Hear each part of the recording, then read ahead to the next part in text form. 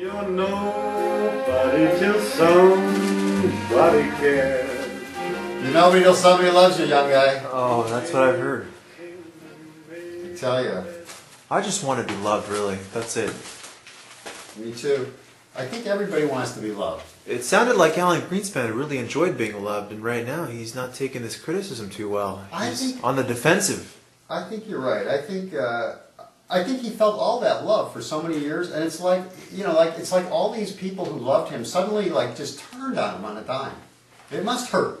It must hurt him a lot to have to deal with this. But another man that there's one icon out there still who hasn't fallen, who hasn't been turned on, and that's Warren Buffett. Oh, I hope nobody ever turns on him. Well, it's he's the man. It's possible that Warren will sustain the pressure of fame and fortune and power, but maybe he won't. We don't know.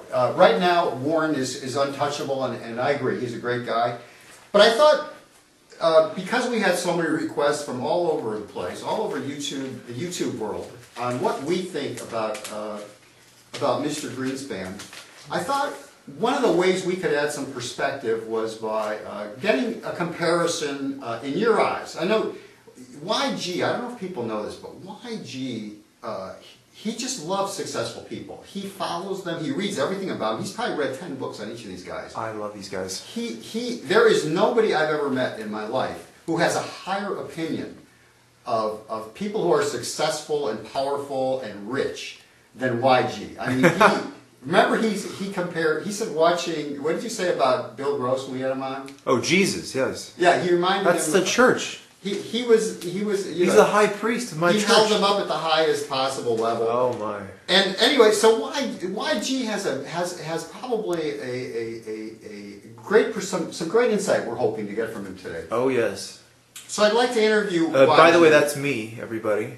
So yeah, here's YG. That's right. Speaking to you about Buffett versus Greenspan. Oh yes. Buffett versus Greenspan. So YG, let me ask you the first question. Who do you like more, Warren Buffett or Alan Greenspan? Well, I think about things in terms of the ladies. So, Greenspan, I think he's got $5 to $10 million.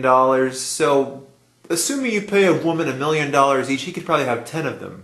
But Warren Buffett has $60 billion. That means that $1 million per woman, that's 60,000 babes.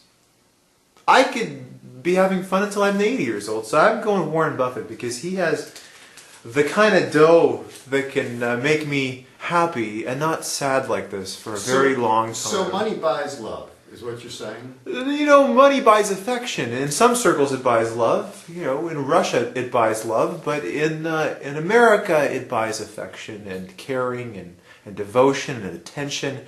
And I feel that if you pay a woman $1 million, she'll give you a lot of attention. So let me ask you this. But it'll still be pure. Let me ask you this. Yes. I know you're all about the ladies and you're all about love.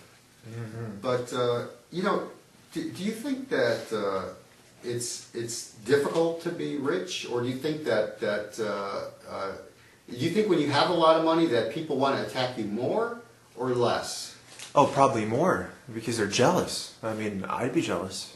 So that would work contrary to what you're saying. I mean, because Warren's got the most money. Right. And yet you're saying he gets the most love because of that money. Well, from the ladies. It's confined to the ladies, to the beneficiaries of the money. The people that aren't benefiting from the money, they are angry. Well, let me ask you this then. Do you think that the people who worship both of these men, because I think a lot of, when you watch CNBC, oh yes, they speak with the same adulation of these rich guys. These sycophants so bad. Yeah, everybody wants to be rich like these guys and powerful. What do you think the talking heads on CNBC feel? Do you think they would rather see an icon like Warren fall or Alan Greenspan? Oh, Alan Greenspan, he's the easier target. Oh, and why do you think he's an easier target? Oh, because he's poorer.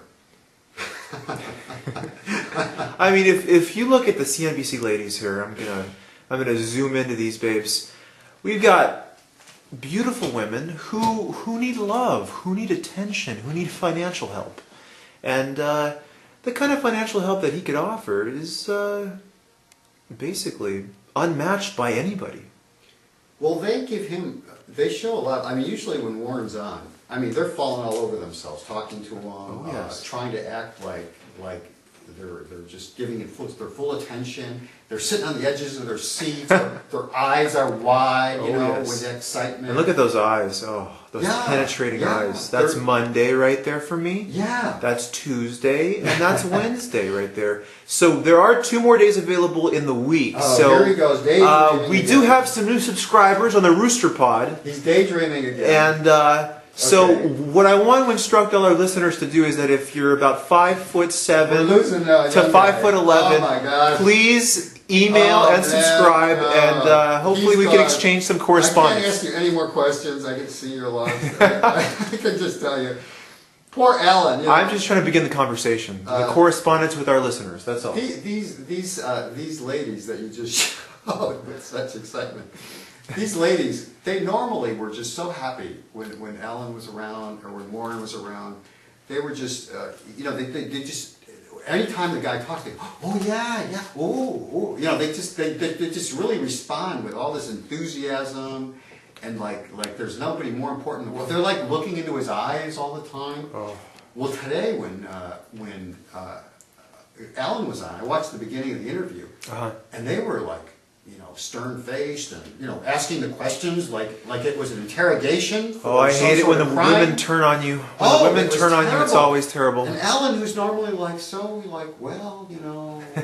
the third position of the fifth position of the second degree is necessary to be considered before evaluating the first move of the second move of the third quarter, I mean, normally he's like, very complicated, but very lovable and getting a lot of love. But today it's like, as soon as they turn on him, his fingers were up by his mouth. He was talking through his fingers. I mean, I felt so bad for him. Childlike almost, right? Yeah, I mean, he was like trying to go into his little cocoon, like, come on, leave me alone. That was actually me on the first day of school. That's exactly how I looked when they asked me to introduce myself.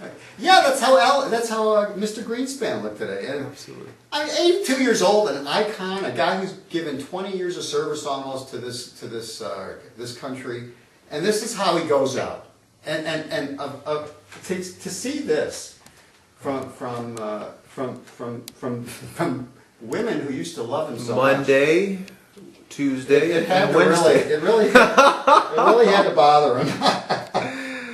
Absolutely. So, but just to get you back on track, I've turned the pictures around, Uh-oh. and I want to ask you, what do you like Warren's letter? Do you think that, in terms of the humility thing? I mean, Warren Buffett writes a letter every year about his performance, and of course, Greenspan. It's not a letter; it's gospel. It is for us financial people.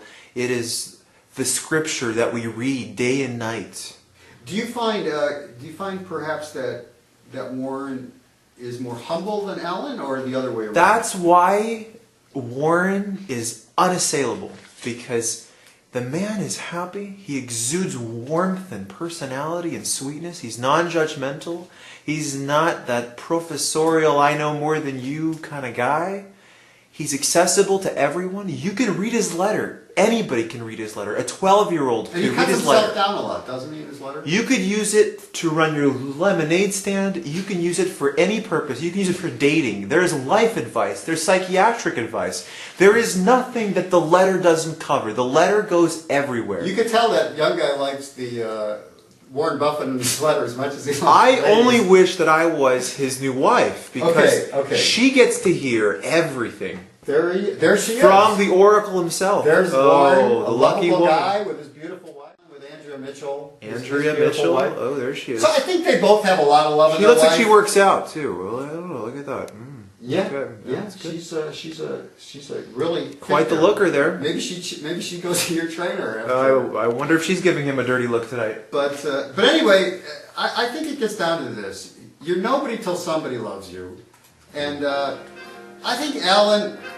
He's trying to do his best, everybody. He wants to be loved just like you want to be loved. I mean, maybe he made a mistake or two. I think he tried his best. I'm not going to crucify the guy. We love you, Alan.